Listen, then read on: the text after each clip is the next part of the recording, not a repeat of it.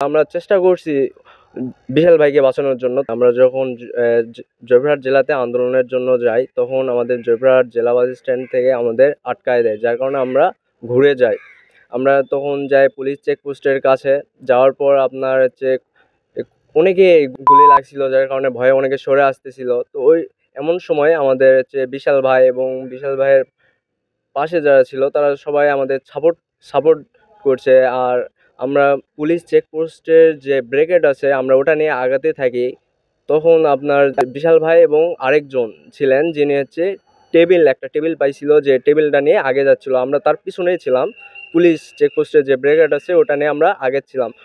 এমন সময় আপনার বিশাল ভাইয়ের যে টেবিলটা নিয়ে আসছিল ওই টেবিলটা হাতে পড়ে যাওয়ার কারণে বিশাল ভাই সরাসরি গুলি করে। আর ওই সময় কিছু রাবার বুলেট আছে, যে আমার পাশে একজন আসছিল, ওকেও লাগছিল, এবং আমার হচ্ছে ডান হাতে ডান হাতে একটু লাগছিল।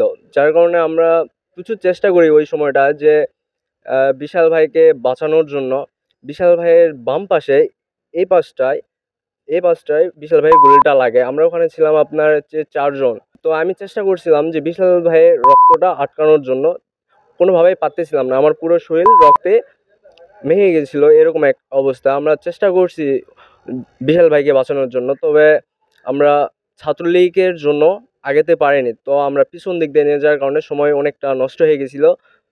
তবে জয়পুরহাট কালাই হসপিটালে তখন বিশাল ভাইকে নিয়ে আসা হয়। নিয়ে আসার পর তখন মৃত ঘোষণা করে দেওয়া হয়। আমাদের বিশাল ভাইকে বগুড়া মেডিকেল নিয়ে যাওয়ার জন্য রওনা হয়েছিলাম, তবে কালাই আসার পর তিনি মারা যায়।